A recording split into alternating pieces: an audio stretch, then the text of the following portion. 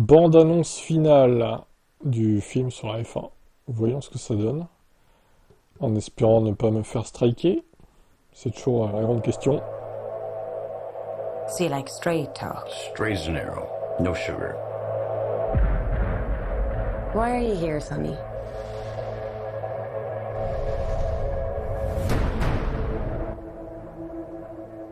When you look in the mirror, you see this rough and tumble, old school cowboy. Doesn't take orders, goes his own way, huh? A lone wolf. Well, I've news for you. Formula One is a team sport. It always was. Listen, let's get this straight. We all lose our jobs if you can't pull off a miracle. No pressure. None. The only question here is, why did Sonny Hayes come back to F1? I think it's really wonderful that Apex are giving second chances to the elderly. It's all right. You're just worried I'm quicker than you.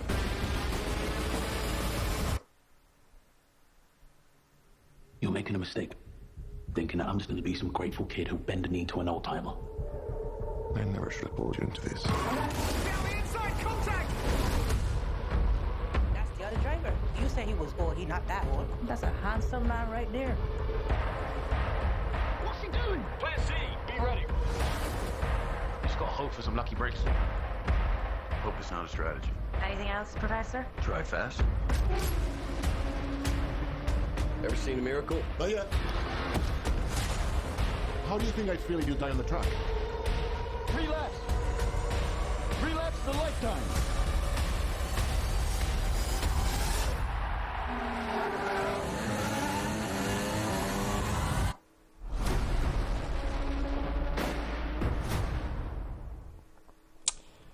Waouh! Franchement, ça a l'air bien quand même. Les scènes de course, elles sont super bien filmées, je trouve. Ça rappelle Top Gun 2, qui était du même réalisateur. Les scènes d'avion étaient super bien filmées. Bah, il a refait la même avec les scènes de course de Formule 1, quoi. Donc, ça a l'air super quand même. Bon, après, le scénario, c'est Driven, hein, en gros, mais ça a l'air beaucoup plus quali à niveau réalisation que Driven. Hâte de voir comment ça va être ce petit film. Alors, du coup, c'est seulement dans les cinémas, donc ce sera pas sur la plateforme d'Apple apparemment. Donc, soit il faudra aller le voir au ciné, soit attendre qu'il sorte par d'autres moyens détournés. De toute façon, moi, je pense que je le diffuserai sur Twitch, de façon confidentielle, si on peut dire, sans mettre le titre ni rien. Et abonnez-vous à mon Twitch hein, pour être au courant de tout ça. Par contre, je préviendrai pas. Hein. Sur les chaînes YouTube, je préviendrai pas quand je le diffuserai, donc à vous de suivre ce que je fais aussi. À la limite, je pourrais prévenir la veille s'il y a un live F1, par exemple, d'un Grand Prix, mais je pourrais pas faire mieux. Il faudrait que ça soit confidentiel, donc voilà. Mystère. Non, ça a l'air bien quand même. Qu'est-ce que vous en pensez de cette dernière bande-annonce? Il sort dans moins de 2 mois, 1 mois et demi quoi. Ciao. Horner et Vasseur pourraient être déçus après le changement de spec de l'aileron avant en Espagne. Moi, je pense que ça va pas beaucoup resserrer la hiérarchie. Hein. Ça va peut-être leur faire perdre un peu, mais... Alors, ça va peut-être leur faire perdre plus en qualif qu'en course, d'ailleurs, je dirais. Pour le directeur de l'équipe Aston Martin, Nico Well, qui sera le plus pénalisé à Barcelone? Il répond: je suppose que ça dépend de la mesure dans laquelle vous avez exploité ce que la FIA est maintenant en train de réglementer, n'est-ce pas? Et tout le monde est dans une position différente. Donc Fred Vasseur a dit comment ça va les impacter. Parlons-en le soir, après Barcelone, et je vous dirai comment ça nous a impacté. La flexibilité aérodynamique est quelque chose qui est dans le sport depuis des décennies, et la FIA est passée des tests de pression du doigt à un test de pression du doigt bien défini, à des tests de charge assez sophistiqués.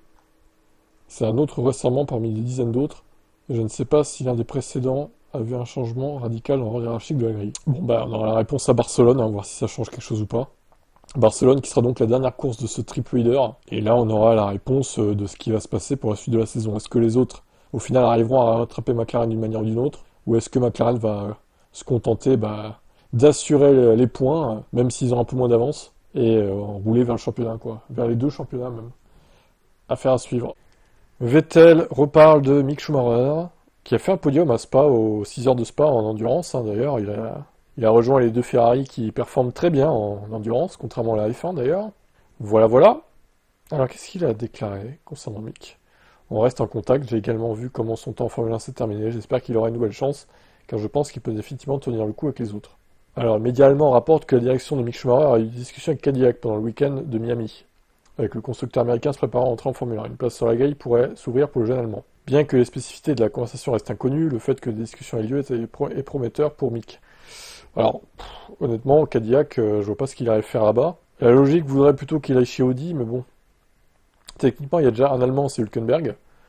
Après, bon, il y aurait le nom Schumacher qui est plus vendeur que Hülkenberg. Mais en même temps, est-ce que Mick est si bon que ça pour la F1 ? Est-ce qu'il est adapté à la F1 ?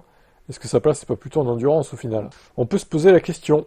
Et moi, je pense pas qu'il reviendra à la Formule 1, Mick Schumacher. Je vous le dis honnêtement.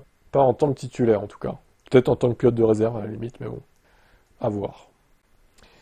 Ah, nouvelle dinguerie de Villeneuve. Villeneuve affirme que la FIA favorise le chouchou Piastri face à Verstappen. Oh, ah ! Des fois, il sort des trucs bien, mais des fois, il sort des conneries pareilles. Voilà. Ça y est. Il est de retour dans son favoritisme pour Max Verstappen. Le Max, il est vraiment défavorisé, il est pas aimé, personne ne l'aime, la FIA ne l'aime pas non plus. Ferme-la, vraiment, ferme-la, Jacques. Tu crains. Arrête. Tu nuis à ta propre réputation à faire ça, vraiment. Piastri ne dispose pas seulement du meilleur matériel chez McLaren, mais il a également tout un ordre dans sa tête. Oscar Piastri ne semble pas être affecté par la pression, il a un bon mentor en Mark Webber. C'est vrai. C'est quelqu'un sur qui Oscar peut compter. Je n'irai pas jusqu'à dire une figure paternelle, mais il y a cet équilibre, l'énergie en place entre eux, c'est très utile. Piastri est aimé, c'est comme le chouchou en ce moment. Si quelque chose se passe, il ne recevra pas de pénalité aussi facilement que Max Verstappen, par exemple.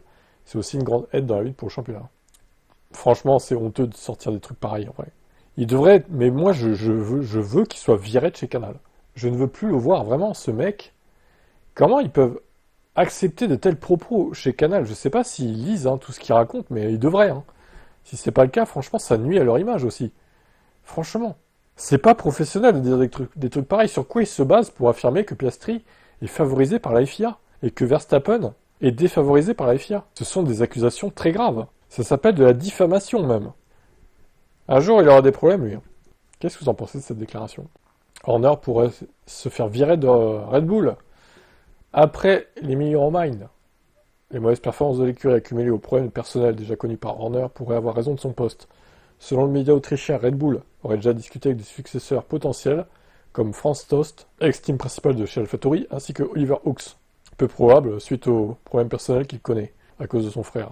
De son côté, le Daily Mail informe que des sources proches de Red Bull ont indiqué que le poste d'Horner n'était pas menacé. Alors, moi, j'y crois pas trop à ça, honnêtement. Je pense pas qu'ils vont le virer, encore moins en cours de saison. À la limite qu'il le remplace à la fin de l'année pour 2026 peut-être, mais le virer comme ça, même au début de la saison, on est qu'au début, ça paraît peu probable. Non, j'y crois pas, cette rumeur venant d'Autriche. Pourtant c'est en Autriche, on pourrait se dire ils sont bien informés, mais là non. Pour le coup, je ne valide pas. On verra, peut-être que c'est vrai, mais ça serait dingue, mais moi j'y crois pas.